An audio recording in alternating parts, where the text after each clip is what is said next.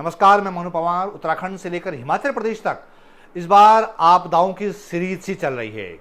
भारी बारिश, बादल फटने की घटनाओं और लैंडस्लाइड से बड़ी बड़ी जगहों पर इतनी भारी तबाही मच चुकी है कि उसके बीच छोटी जगहों में आई आपदा की चर्चा ही नहीं हो पा रही है, नहीं उन्हें मेन स्ट्रीम मीडिया में कहीं जगह ही मिल पा रही है।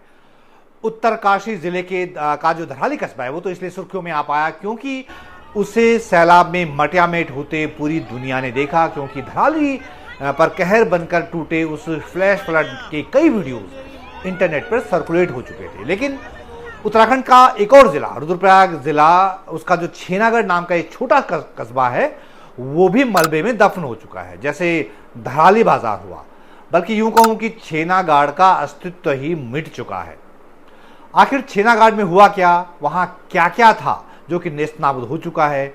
छेनागाड़ की आपदा कितनी बड़ी आपदा है, यह समझने के लिए मैंने गजेंद्र रौतेला से कांटेक्ट किया, जो कि रुद्रप्रयाग जिले में ही रहते हैं और पिछले कुछ दिनों से नियमित रूप से आपदा से प्रभावित इलाकों में पहुंच रहे हैं। गजेंद्र रौतेला एक शिक्षक हैं, सोशल एक्टिविस्ट हैं, पर्यावरण कार्यकर्ता हैं, घुमक्कड़ी करते हैं। संस्कृति संस्था के तहत पहाड़ के सरोकारों पर बहुत काम उन्होंने किया है। पहाड़ में इस समय बड़े बुरे हाल हैं। रोड कनेक्टिविटी ही नहीं, मोबाइल कनेक्टिविटी भी बड़ी मुश्किल से हो पा रही है। तो कमजोर मोबाइल नेटवर्क के बीच वो जो मुझे बता पाए तो मैं वो सीधे आप तक पहुंचा रहा हूं। मैंने सबसे पहले उनसे छेनागाड़ की लोकेशन जाननी चाहे। अब आप गजेंद्र रौतेला जी से ही पूरी बातचीत सुनिए। जो डमार घाट या छेनागाड़ या चंदन गंगा जो भी आप समझें इसे, तो इसकी लोकेशन लगभग आप यूं समझ सकते हैं कि जो हमारे रुद्रप्रयाग जिले के 3 ब्लॉक हैं, ऊखीमठ, जखोली और अगस्त्यमुनि, 3 ब्लॉक हैं, लगभग उसके सेंटर में है। और इसके चारों तरफ जो है तीनों ब्लॉकों के गांव हैं। तो एक तरफ गुप्तकाशी से लवारा, लमगोंडी, बली, पसालत और यहाँ नाग जगह के पास तक जो है वो ऊखीमठ का ब्लॉक है। और नाग जगह से इधर टूवर्ड्स बस केदार और जो मयाली जखोली वाला जो रूट है, तो उस पे जो है बीच में पड़ता है ये। और नीचे की तरफ से ये जो है फिर अगस्त्यमुनि ब्लॉक लगता है मंदाकिनी के तट से, जहाँ चंद्र कुमार बड़ताल का जो स्थल है, जहाँ स्मारक है पवालिया, तो वहां इसका नीचे मंदाकिनी के तट से लगता है भीरी और चंद्रापुरी के आसपास आप इसको समझ सकते हैं। और दूसरी तरफ ये जखोली है, जो बांगर का पूरा हिस्सा है, ये जखोली ब्लॉक है। तो इसकी ज्योग्राफी के हिसाब से आप यूं समझिए कि छेनागाड़ की जो लगभग हाइट है समुद्र तल से लगभग 1600-1700 मीटर के आसपास इसकी हाइट है। और ये इसकी भौगोलिक स्थिति है। और छेनागाड़ जो इसका नाम से ही जैसे आप समझ सकते हैं, तो छेना जैसे हमारे यहाँ पहाड़ों में छेना मतलब सुरंग से होता है, लेकिन यहाँ पे कोई ये मैन मेड कोई सुरंग नहीं है या कोई टनल नहीं है, बल्कि इसकी जो भौगोलिक स्थिति है तो ये सुरंग नुमा एक घाटी है। तो 5 किलोमीटर लगभग जो है गुप्तकाशी की तरफ से जब हम जो स्टेट हाईवे बना था केदारनाथ आपदा के टाइम पे, एक लाइफ लाइन बनी थी, तो उस पे गुप्तकाशी की तरफ से आते हुए करीब 5 किलोमीटर के अंदर ये चला जाता है और 5 किलोमीटर बस केदार की तरफ से ये अंदर चला जाता है। तो इस तरह से ये छेना नुमा एक जगह है और ऊपर जाके संकरी घाटी हो जाती है। और संकरी घाटी जाकर के ये टुवर्ड्स घंगासू की तरफ, जिसमें कि गांव है डांगी, खोड़, भुनाल गांव, बक्सीर, मथिया गांव, भौर, उछोला, ये सारे गांव इसके हैं जी। तो तस्वीरें हमने देखी छेनागाड़ की, बड़े भयानक है। तो आप तो वहां रहे हैं, आप तो वहां होके आए हैं, देख के आए हैं, आपके जरिए बहुत सारे वीडियोस लोगों तक पहुंचे हैं। क्या हुआ था छेनागाड़ में? जैसा कि लोगों का कहना है कि ये बादल फटने की घटना है, जो सामान्य बोलचाल में लोगों का कहना है। लेकिन अगर इसको तकनीकी और वैज्ञानिक भाषा के रूप में समझें, जैसे कि मैं मौसम विभाग के वैज्ञानिकों के भी मैं बयान देख रहा था, उनके प्रेस नोट में देख रहा था, तो जो बादल फटने की घटना है उसके पैरामीटर में ये नहीं आती है। क्योंकि बादल फटने की घटना के पैरामीटर में 1 घंटे में 100 मिलीमीटर जो है बारिश होने का एक पैमाना है। लेकिन उनका कहना यह है कि ये 4850 मिलीमीटर का उन्होंने उस दिन का दर्ज किया था। तो ये बादल फटने की घटना वैज्ञानिक रूप से तो नहीं कही जा सकती। मौसम विज्ञान विज्ञान के जो विभाग है उनके जो मैं बयान देख रहा था, उनका जो प्रेस नोट वगैरह मैं देख रहा था, तो उसके बादल फटने की घटना नहीं कही जा सकती इसको। लेकिन मैं अभी यहाँ पे आज मैं तीसरी बार हूँ, मैं यहाँ तीसरा चक्कर है आज मेरा, आज मैं घासू की तरफ जाऊंगा। तो जब मैं यहाँ पे देख रहा था तो मैं जब पहले दिन 29 तारीख के तड़के जब ये आपदा आई तो मैंने उस दिन भी कोशिश की थी आने की, मैं भीरी तक ही पहुंच पाया था, लेकिन फिर देर हो गई थी तो मैं वापस मुझे जाना पड़ा क्योंकि देर को जाना संभव नहीं था। तो अगले दिन मैं सुबह यहाँ पहुंचा तो मैं बस केदार तक पहुंचा और बस केदार से मैं छेना घाट तक पहुंचने के लिए मुझे लगभग छेना घाट की जैसे ही त्रासदी बीच में 9 जगह मिली है, और ये जो दूरी है बस केदार से छेना घाट की लगभग 6 किलोमीटर की दूरी है। तो आप समझ सकते हैं कि बीच में 9 उस तरह की जो खाइयां बनी हुई हैं। सवाल ये भी बनता है कि अगर बस केदार से मैं करीब 6-7 किलोमीटर में पैदल वहां छेना घाट पहुंचा हूं, तो उसमें मेरे को दृश्य दिखाई दिए इस तरह के कि छेना गार्ड में है। बस छेना गार्ड में जो करीब 12-15 दुकानें हुआ करती थी, तो वहां पे एक पोस्ट ऑफिस भी था। पुराने ठेकेदार थे, पुराने प्रधान थे उछोला के देव सिंह पवार, तो उनका एक दुकान थी, उसके ऊपर पोस्ट ऑफिस भी था। तो वो उसके बगल में केसर सिंह जी की दुकान थी, केसर सिंह पवार वो भी उछोला के थे। और कुछ बड़े वालों की दुकानें थी, एक रौथाण बंधु थे, जयदीप रौथाण, उनकी दुकान थी, और भी कुछ रौथाण बंधुओं की दुकान थी। तो बेसिकली ये एक पहाड़ जो दूरस्थ क्षेत्रों के जो गांव होते हैं उसका एक पड़ाव था ये। और ये पड़ाव आज से नहीं था, ये सड़क आने के पहले से था। जो हम सड़क की बात कर रहे हैं, जो गुप्तकाशी मयाली जो क्योंकि पुराने समय में भीरी से इसका संपर्क था, जो डमार घाट या छेना घाट के किनारे किनारे जो था, तो इसका पैदल रास्ता था पूर्वी बांगर के लिए। क्योंकि पट्टियों में देखें तो पूर्वी बांगर जो है, तो एक दौर में तो ये टिहरी रियासत का हिस्सा हुआ करता था, अगर हम पुराने इतिहास की तरफ देखें। क्योंकि ये जखोली ब्लॉक सितंबर 1997 में हमारे पास रुद्रप्रयाग जिले में ये शामिल हुआ है। उससे पहले ये टिहरी रियासत का हिस्सा था, और इसकी जो तहसील थी ये देवप्रयाग हुआ करती थी। जी जी। तो इसके जो छेना गार्ड के को लेके आपका तो चूंकि आपका आना जाना रहा, वहां पे ठिकाना भी रहा है। छेना गार्ड में ये कितनी बड़ी बस्ती रही होगी, क्या लोग वहां रहते थे? दरअसल ये एक तरह का पड़ाव था, ये कोई गांव तो नहीं था। लेकिन जी। जो पूर्वी बांगर के जो गांव मैंने पहले बताए हैं, उन गांव का एकमात्र ये बाजार या पड़ाव इसको कह सकते हैं। तो कभी जी। यहाँ पर सिर्फ पैदल रास्तों का एक पैदल रास्ते आने जाने का एक यहाँ पे पड़ाव हुआ करता था, लेकिन बाद में सड़क आने से थोड़ा सा ये उसका और विकास हुआ। तो करीब 12-15 यहाँ पर दुकानें हुआ करती थी, जिसमें चाय पानी की, मिठाई की, एक मेडिकल स्टोर था, और परचून की दुकान थी, सब्जी की दुकान थी। तो इस तरह से करीब 12-15 दुकानें यहाँ पर छोटी बड़ी सब मिला करके हुआ करती थी। और उन दुकानों में कुछ लोग रहा भी करते थे, हालांकि आसपास के गाँवों के थे। तो उन गाँव के लोग शाम शाम को अक्सर घर जाया करते थे, लेकिन जैसे कुछ गाड़ी वाले रुकते थे वहां पर, तो उनके लिए खाना वाना बनाने के लिए, उनकी सुविधाओं के लिए वहां पर रुका करते थे।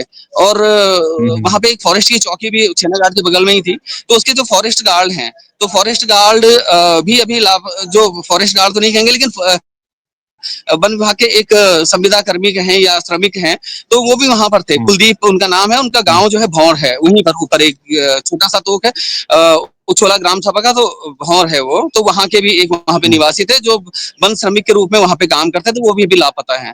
तो कुल मिलाकर अभी तक जो अच्छा। संख्या लापता लोगों की है, तो वो 9 लोगों की संख्या यहाँ पर बताई जा रही है। तो 9 लोगों की संख्या बताई जा रही है कि लापता है। कुछ मृतकों के नाम या कुछ पता चल पाया है किसी के बारे में? ऐसा कुछ नहीं, या कोई शव निकाला जा सका है, कुछ पता चला है इस अभी बारे में? जी नाम नाम वगैरह हैं, जिनमें से 4 तो जो हैं वो नेपाली श्रमिक हैं, जो वहां पे सड़क का पुस्ता लगा रहे थे छेना घाट में ही।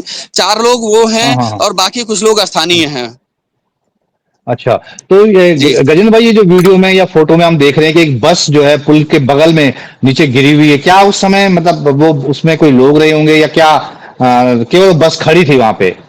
नहीं नहीं, बस खड़ी थी। बेसिकली ये उसका वहां पे जो देहरादून से आती है विश्वनाथ सेवा, तो उसकी बस थी, और उसका आखिरी जो डेस्टिनेशन था, आखिरी जो स्टेशन था, वो छेना घाट हुआ करता था। तो डेली सर्विस की बस थी जो शाम को वहां पर खड़ी हो जाती थी, और बस वाले जो है वहीं पर खाना खाते थे। तो उनके लिए खाना बनाने वाले जो थे वो भी वहीं पे रहते थे अक्सर। तो वो बस में सोए हुए थे, तो उनको बस से निकाला गया फिर रात को, या बस से अच्छा, जैसे ही बस से उनको निकाल। आभास हुआ तो वो फिर बस में वो इसलिए बच गए वो। अच्छा, तो वो अच्छा, तो उनकी जान बच गई। लेकिन ये बताइए गजेंद्र भाई, आप वहां पे गए हैं, ये आपको कितनी बड़ी आपदा लगी है ये छेनागाड़ वाली? क्या क्या है वहां पे, मतलब क्या हुआ है? देखिए, बोल्डर गिरे हैं बड़े हर बड़े। आपदा अपना जी। जी, हर आपदा अपने आप में बड़ी होती है।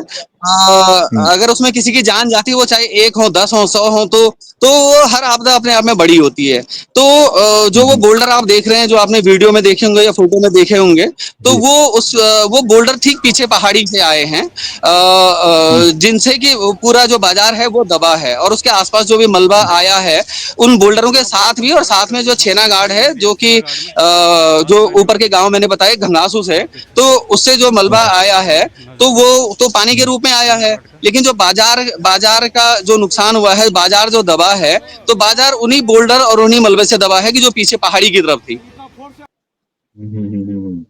तो जैसे कनेक्टिविटी का इशू है और रास्ते टूटे हैं, सड़कें नहीं हैं, तो किस तरह क्या लोगों तक मदद पहुंच पा रही है गजेंद्र भाई? कुछ दिख रहा है? आप लोग खुद तो मदद पहुंचा ही रहे हैं, सरकारी लेवल पे कुछ जा रहा है, कहीं कुछ हो पा रहा है, लोगों तक पहुंचती है? सरकार के द्वारा भी शुरुआती प्रयास किए गए थे और जैसा कि अगर मैं कहूँ तो छेनागाड़ से ऊपर वाला जो इलाका है, तो हम्म। वो एक लिंक रोड का है मामला, जहां मैंने ये 6-7 गांव बताए हैं पूर्वी बांगर के घंगासू के आसपास के जो गांव बताए हैं, तो वहां हम्म। दूसरे दिन जो है वो हेली से कुछ राहत सामग्री गई है और मेरा उछोला के कुछ लोगों से मेरी बात हुई है, जो वहां पे हम्म। पंचायत के प्रतिनिधि हैं, उन लोगों से मेरी बात हुई, तो उन्होंने आटे के 38 पैकेट चावल के और कुछ नमक वगैरह पहुंचा है, तो वो दूसरे दिन पहुंच पाया।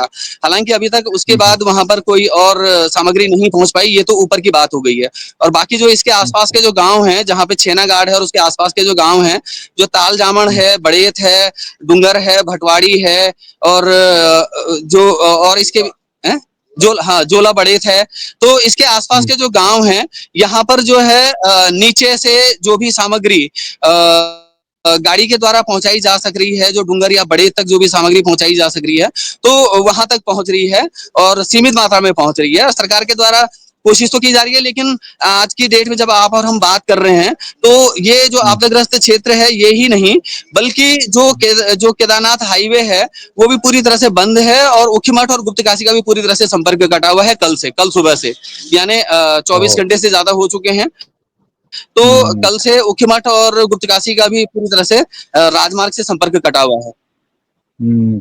तो केदारनाथ हाईवे भी बंद है, जैसा गजेंद्र भाई बता रहे जी हैं। गजेंद्र भाई, मैं आपको कुछ वीडियोज और कुछ फोटो देख रहा था। काल जामन में स्कूल में और आंगनबाड़ी केंद्र में वहां पर लोग जो है प्रभावित लोग हैं, वो कौन लोग हैं? मतलब कहाँ, क्या वो चेनागाड़ के इर्द गिर्द के गांवों के लोग हैं? कौन है वो लोग? जी, बिल्कुल, वो छेनागाड़ के आसपास में जो सबसे नजदीकी गांव है, जो ताल जामन जी। गांव है, वहां के लोग हैं वो, क्योंकि वो उनका ही स्कूल अच्छा। है और वहां पर जो ऊपर से अभी जब आप और हम बात कर रहे थे, उसी दौरान मेरे ठीक पीछे जो है एक पहाड़ी से जो लगातार पत्थर गिर रहे हैं, उसके ठीक नीचे वो गांव है। तो वहां पर ओ। रात में ही नहीं बल्कि दिन में भी लगातार खतरा बना हुआ है। तो उस गांव के हाँ, लगभग हाँ। जो परसों हम वहां पे गए थे, तो 91-92 हम्म। परिवारों के लोग वहां पर थे। लगभग आप 100 परिवार मान के चलिए, 100 परिवारों के लोग वहां पर थे। तो उनकी व्यवस्था कौन कर रहा है गजेंद्र भाई? वहाँ खाने पीने की, रहने खाने की तमाम चीजें होंगी, किस तरह की व्यवस्थाएं हैं उनकी, कौन कर रहा है?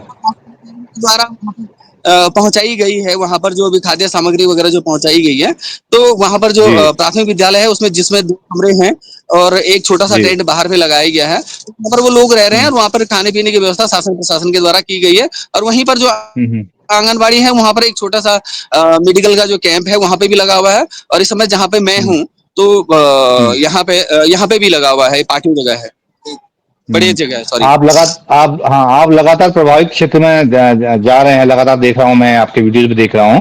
तो पूरी केदार घाटी में किस तरह की किस लेवल की आपदा आपको दिख रही है? जगह जगह आप बता रहे हैं कि कई जगह टूटी हैं, क्या मतलब कितना बड़ा वो दिख रहा है आपको, आपदा का लेवल जो है?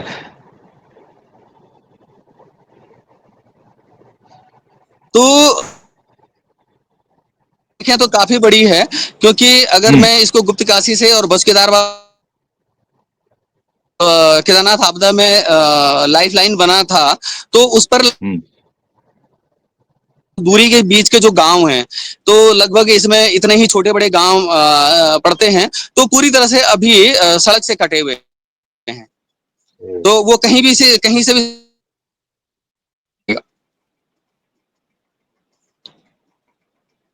तो ये बहुत जी। बड़ा चैलेंज है और सबसे बड़ी सड़क नेटवर्क ही नहीं, मोबाइल नेटवर्क भी एक बड़ा चैलेंज है कि लोगों तक संपर्क हो पाना नहीं हो पा रहा है। ये बहुत दिक्कतें हैं।